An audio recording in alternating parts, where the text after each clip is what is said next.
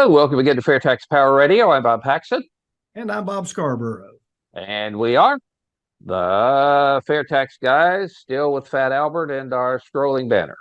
That's it, man. Hey, I got to tell you, it's exciting to be here every week talking about the FAIRtax, HR 25, tax on consumption, gets rid of the Internal Revenue Service, flushes the tax code completely out of existence, and brings in an era heretofore unseen in our generation.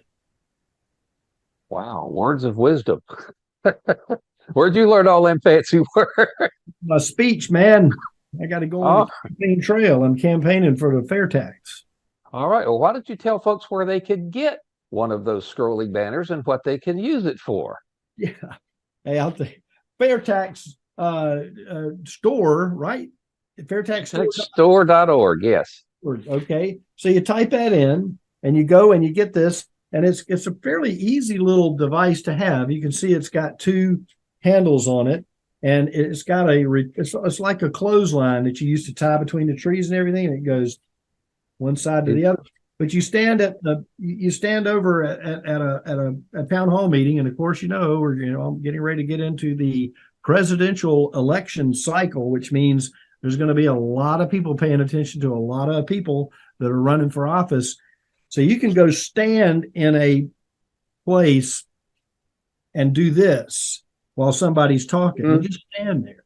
It's like the guys in the commercials or in the thing that they're out there promoting a particular item, like insurance or it's tax time, and you see the guy on the corner doing this and all. But you can stand there and let people see, and it says simple, efficient, visible.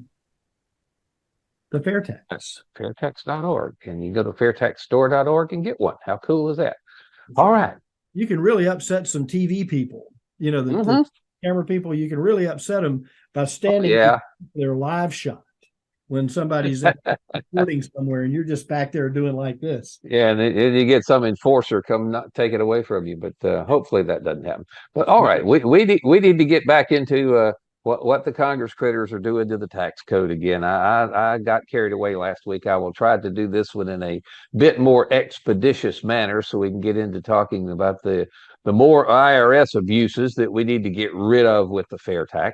But the first one I want to mention in today's Congress.gov segment is HR 2788. It's the AIM Act, the AIM Act. Now, when they publish just the name of it, then that tells you, all right, they've actually got some text in this one. So if you go to Congress.gov, I'll tell you what we do. Put the words Internal Revenue Code in quotes in the search bar at the top of the page, hit go. And there's I'll have to look up the number, how many. It's over 400 hits you get on that now. But if you go in to open up HR 2788, the AIM Act, it says this is to amend the Internal Revenue Code to permanently extend the allowance for depreciation, amortization, or depletion for purposes of determining the income limitation on the deduction for business interest. You got that? Business interest. I'm interested in business. Okay, well, if you're interested in business, you'll be interested in implementing the FAIRtax, which will help American business in just ways that are unimaginable under the income tax. But yeah, again, that's another one where you're just looking at how unstable the tax code is. It's proposing yet another change to how you do something. And it's just a whole lot easier to pay your federal taxes when you buy something at the cash register and not have to worry about anything else. That's nuts. All right, let me move on. Perpetuating the whole tax code just perpetuates a system that's dysfunctional at its core. Yes, this is another one. HR 2769. This is the Stop Penalizing Working Seniors Act. And you have to open that up a little bit and look at the text on Stop Penalizing Working Seniors. Well, I'm a senior, but I'm the only thing I won't get into that. But this is to amend the Internal Revenue Code to allow individuals only enrolled in Medicare Part A to contribute to health savings accounts. In other words, the government again is going to be trying to tell you what you can do with your own money and place limits on how you manage and handle your own money. Isn't that a wonderful provision to have in the tax code? Well, the HSAs are pretty unique in that they allow you to save money for your health costs. And then you get to pass those accounts on to your spouse at your death or to your children. So the value is yours, and it works very similarly to, an IRA in that. Yeah, you can fund this thing with pre-tax dollars. But I got a better idea. Let's just give everybody pre-tax dollars on everything they make. Let's not tax income so that you get your entire paycheck without any taxes taken out of it. You feed your family before you feed the government because the taxes you pay on your basic necessities are refunded back to you. And so you can say, we mentioned this last week, you can save and invest totally tax-free with the FAIRtax. That's and right. Yes, it is. And we get so caught up in the machinations of there's another big word for you, but we get caught up in the machinations of the cycle that we go through. We're now in the relieved cycle just after the tax deadline. And now we're accumulating, or we're paying estimated taxes, or we're starting that shoebox, filling that thing up over and over again. And it doesn't have to be that way. We don't have to do those things. And I think that's where a lot of people are just, really, I can do that. And it's more about how we can get the word beyond just a few people or beyond into the next exponential growth. And I believe that it's happening because of where HR 25 is right now.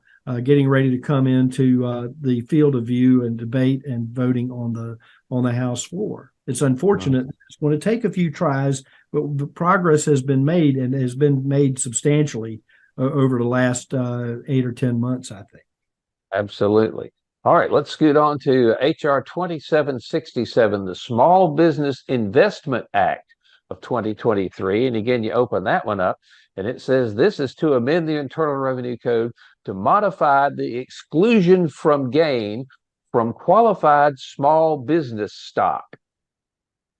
Don't ask me to explain that, but that's what it says, to amend the Internal Revenue Code to modify the exclusion for gain from qualified small business. We'd have to get Jade on here to help us interpret some of these things, don't you think? But they sit down and think this stuff up. I mean, how big is the head is probably, we can't get through the doorway with the amount of brain power that comes up with some of the ways they describe and what it's actually for. It just is, it's insane. It's absolutely, I mean, why do we need to worry about all these things? We shouldn't. We shouldn't. We shouldn't.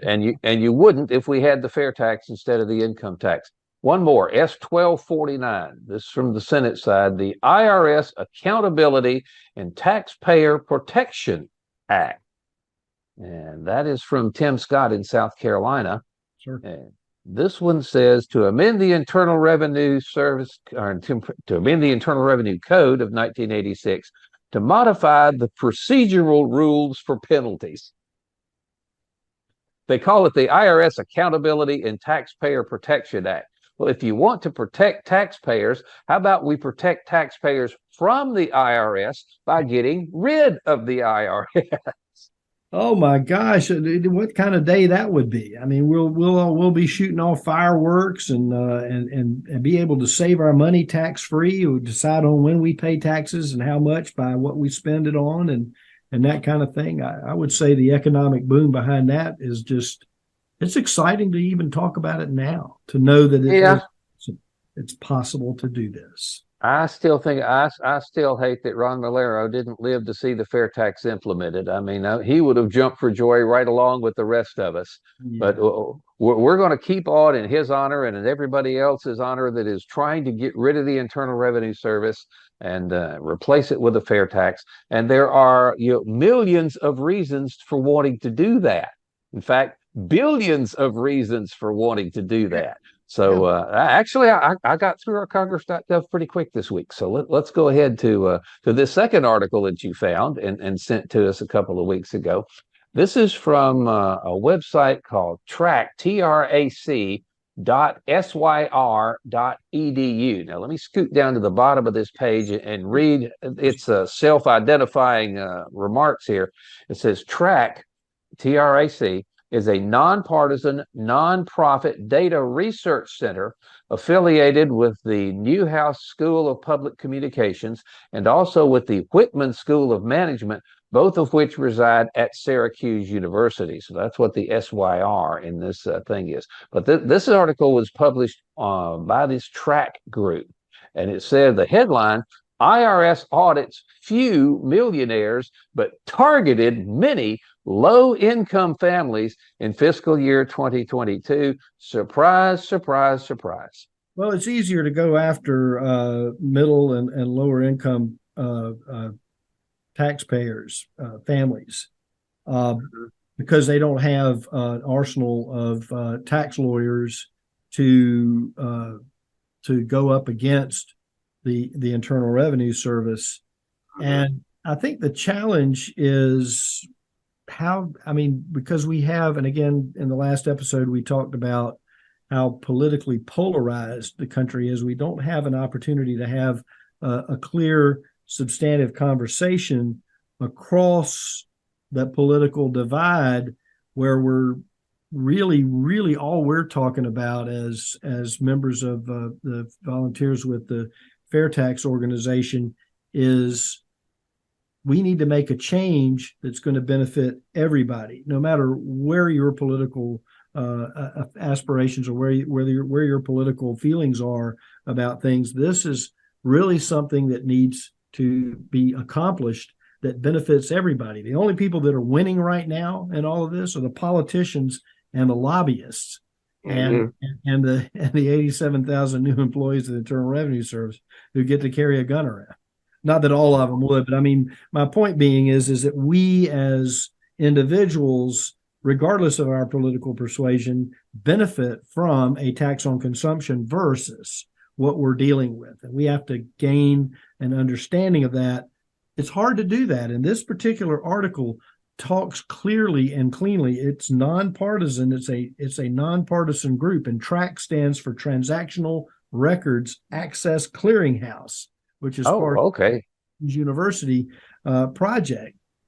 So this report starts out by saying former President Trump, and right there you've lost half the country, was not alone in having returns he filed while he was president allegedly escaped detailed scrutiny by the IRS. While the 2022 Inflation Reduction Act provides the Internal Revenue Service with a large expansion of future funding to beef up audits of the rich, last year, now this is fiscal year 2022, this article was published on January 4th. It's a couple of months old. There's no author's name attributed to it, so we can't give credit for that. But this is just, as I say, this is good stuff. Dig in. Yeah. So again, the Inflation Reduction Act provided the IRS with a large expansion of future funding to beef up audits of the rich.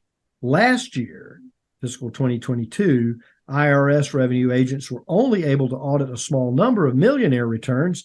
Indeed, during fiscal year 2022, the odds of a millionaire being audited by the IRS revenue agent was just 1.1%. During fiscal 2022, a year of budget cuts and increased needs in other sectors left the IRS with only about 1,400 staff years of revenue agent time to apply to the 165 million income tax 1040 returns that were filed. Even though the IRS applied 1/4 of those hours to auditing millionaires, still barely over 1 out of every 100 millionaires was audited. In place of face-to-face audits, IRS has increasingly relied on highly automated processes to send letters through the mail, called a correspondence audit, asking for more documentation on a specific item. In fiscal 2022, 85% of what the IRS counts as audits of 1040 returns were these letters. Even for millionaires, the IRS has turned to these letters. Indeed, last year, about 48% of millionaire audits consisted of these simple letter inquiries, as opposed to, I'm coming into your business, I'm camping out in this conference room.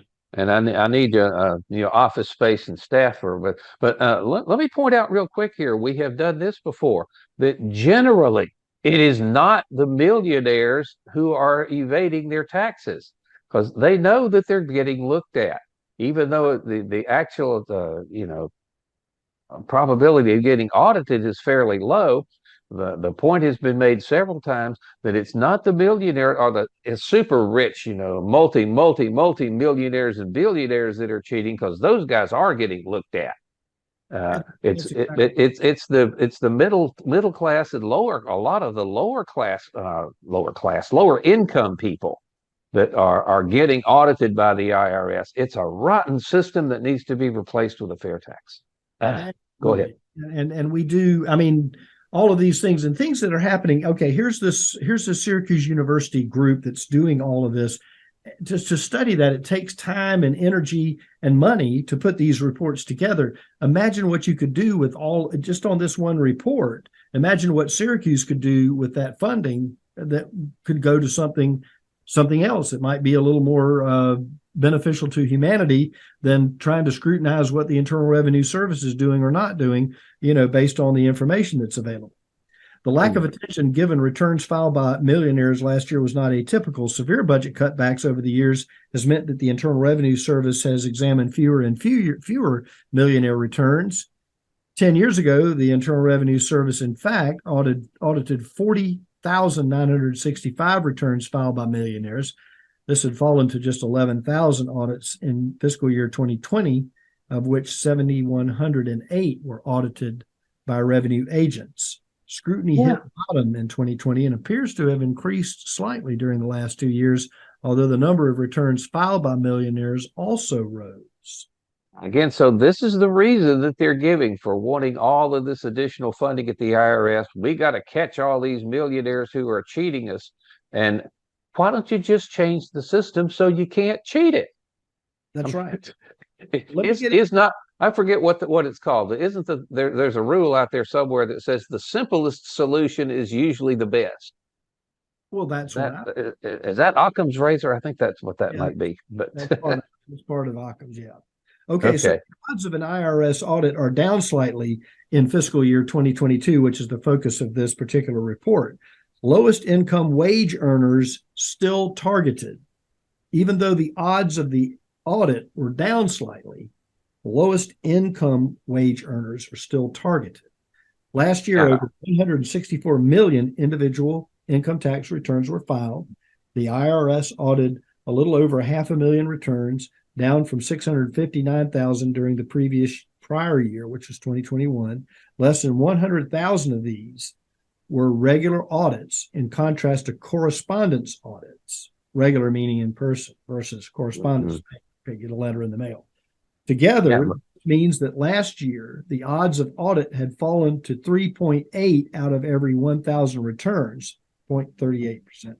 For 2021, the odds of an audit had been 4.1 out of every 1,000 returns filed. The taxpayer class with unbelievably high audit rates, 5.5 times virtually everyone else, were low-income wage earners taking, wait for it, the Earned Income Tax Credit. Okay, now these are not the words of some political partisan trying to make a point. This is a nonprofit organization affiliated with Syracuse University, and they are saying these lower income people taking the Earned Income Credit have, quote, unbelievably high audit rates compared to everybody else. The credit is provided. They're the ones that don't fight back. No, they don't. I mean, they're just, what are they? They're going to be buried. I got to get to work. I got 3 jobs. I got to put gas in my car. I got to buy food. I got to buy diapers for the baby, etc. And I got to try to live at the same time. I got to find some joy in life. The credit, Earned Income Tax Credit, is provided to offset the taxes of the lowest wage earners in the country. In other words, Earned Income Tax Credit, as we previously have reported, as this group from Syracuse University has reported.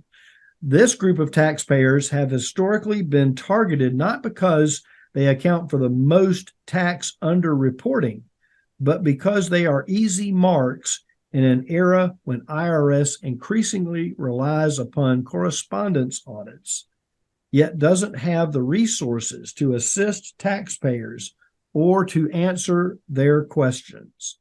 Oh, and I tell you what, I'm trying not to be too awfully political here, but the Democratic Party traditionally has been the one that paints itself as the party that's going to stand up for the little guy. But the Democratic Party is the one that is currently opposing the FAIRtax with the most ferocity. And I mean, their own self-styled constituents are the ones that are getting hurt most by these unbelievably high audit rates in the IRS. And yet the Democrat Party wants to keep the income tax. I don't understand it. If they actually are standing up for this group of taxpayers, why are they not demanding, along with the rest of us, that we get rid of the whole system so that these folks are not audited anymore, that nobody's audited anymore? It doesn't make sense that the Democratic Party is not supporting the FAIRtax. Well, I think some people do, but I think the majority of people in Washington that are in Congress and in the Senate too, in the House of Representatives and the Senate, don't want to give the Senate a free pass. They have this process set up where they make money using they have to make a certain amount of money to get reelected. They want to make some money, so that come in and they pay to do that. So it's not so much, well, I really think this is a great idea. And who wouldn't say, like you've said before, who wouldn't say, well, this thing is the greatest thing since sliced bread? Why would somebody say, I'd rather have the Internal Revenue Service than and bear my entire financial soul to them, as opposed to being anonymous and paying at the cash register, paying my taxes at the cash register? So we say that, but there's this thing going on with our elected representatives all across Washington they are very aware. Let me tell you, they're very aware of the FAIRtax. They're very aware of the differences between an income tax and a consumption tax, but they have to figure out how they are going to keep their gravy train for reelection and other purposes for something that they can think of later, like that. Yeah, I'm looking at this graphic that's in this article. IRS rates of income tax audits per 1,000, and it compares the lowest income wage earners with everybody else. Goes back 3 years for fiscal year 2020. The lower income wage earners were audited at a rate of 7.9 per 1,000, which doesn't sound like a lot, but everybody else only 2.0 versus 7.9. It was worse in 2021. 13 for the low income wage earners. 2.6 out of every 1,000 returns were audited for everybody else. So got a little bit better in 2022, 12.7 versus 2.3. But that is still, if you're standing up for the lower income wage earners, you need to support the FAIRtax. Period. End of story. End of statement. And I'm confused. Not confused. I'm concerned that the low income wage earners that take the EITC, earned income tax credit, and this particular graph calls it with anti-poverty earned income credit. Is that what's triggering these audits? Somebody was saying that this is the group that makes the most mistakes on their tax returns. And the answer to that, of course, well, if it's easy to make a lot of mistakes on your tax returns, why don't we get a simpler system that these folks can handle, or anybody can handle? Let's get rid of the complicated forms and get rid of your favorite publication 17, and just simply pay your taxes when you buy things. Anybody, regardless of how much money they make, how much education they've got, or any other factor involved here, anybody can understand that one and comply with it and not have a problem. Out there in the ether of the internet, there are myriad websites that offer you non-professional advice on how to avoid a tax audit from the Internal Revenue Service. Little things like itemized tax deductions, where you get the coverage now, where if you don't meet the threshold of what they offer, then you can certainly itemize if you would go over that amount. Provide appropriate detail where needed. File on time. Avoid amending returns. Don't go back and send them something and then send them something else later. Make sure you check your math through and through. Don't use round numbers. That means dollars and cents. Don't just make it like $1,840. Make it $18,365 if it's that. If that's what it is. Don't make excessive deductions. So all of these things are offered through various organizations that provide either a service or they're offering a greater understanding as we get into more technology and providing the Internal Revenue Service with our tax returns, like through a service like from I won't mention any names, but there are several that are out there that provide an online calculation for you. Some people need that. We got about 2.5 minutes left here. Let's skip down to the end of this article where it says the IRS needs to lift the secrecy curtain on its audit program. Again, this is a non-partisan data research group talking. It says, with the IRS now set to receive large infusion of funds to beef up its audit program, greater transparency is needed. Taxpayers should be able to receive basic facts about how the agency is applying the appropriations Congress provides without having to obtain a court order, as this group originally apparently had to do. Unfortunately, the limited audit statistics the tax agency formerly published in its IRS data book, they've largely been discontinued, depriving the public of the solid facts needed to fairly judge what the agency's audit program is actually doing. Why don't we get rid of the entire audit program? Get rid of the entire Internal Revenue Service. Don't deal with this garbage and replace it all with the FAIRtax. That's what we keep saying. And where we end up on this program. After all the segments and everything, after we get through going over all this really crazy stuff that the Internal Revenue Service does and all these reports, we get right back to the same thing: simple, basic, fair, transparent. You are paying your taxes today in a way, and you're paying a lot of money to get that done and spending a lot of time doing it. And this is the better way to do it. Everything we talk about, we always come back to it's the FAIRtax.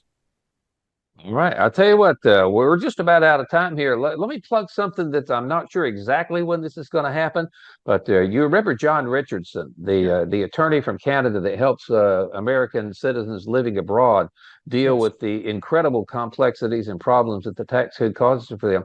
He sent us a note here at the FAIRtaxGuys@gmail.com not long ago, mentioning something about a Biden budget green book and the incredible complexity involved in this budget process. And he says, well, if you'd like to talk about it, we can come back on there. So hopefully we'll get a hold of John Richardson here in the next couple of weeks and dig into just the sheer complexity of the income tax system is a fantastic reason for getting rid of it all and replacing it with a FAIRtax. But hopefully we can do that. Again, let me encourage folks to go to fairtax.org and sign up for the 1040 Club. If you can invest just $10.40 a month to help AFFT provide the economic studies it needs to help get the word out on what the FAIRtax is and educate people to the fact that they do have an alternative. They don't have to live with the income tax. They don't have to live with the IRS as a part of their lives if they can convince their Congress critters to support the FAIRtax. And again, that's coming up later on in this Congress. We'll see who's for us and who's against us, and then we can take appropriate action as then. But until then, we're going to have to wrap this edition of FAIRtax Power Radio up. We are indeed slap out of time. So again, thank you for watching, listening, and sharing these videos. Until we meet again, I'm Bob Paxton. I'm Bob Scarborough. And we are the FAIRtax Guys, reminding you the FAIRtax is the only truly fair tax. And once you understand it, you'll demand it. So tell me, how could I pay less taxes? Less? Yeah. I'm trying to get ahead, so how can I pay less? Well, I suppose you could pay less taxes by earning less money, or you could give to charity. How is that going to help? Actually, I'm not supposed to tell you this, but if you know the right people, okay, or if you have a really good lawyer, you can usually get around the big ones. If I may. Under the FAIRtax, to pay less taxes, you would simply consume less. You would control how much you pay and when you pay your taxes simply by choosing what you purchase and when you purchase something. So I could stay focused.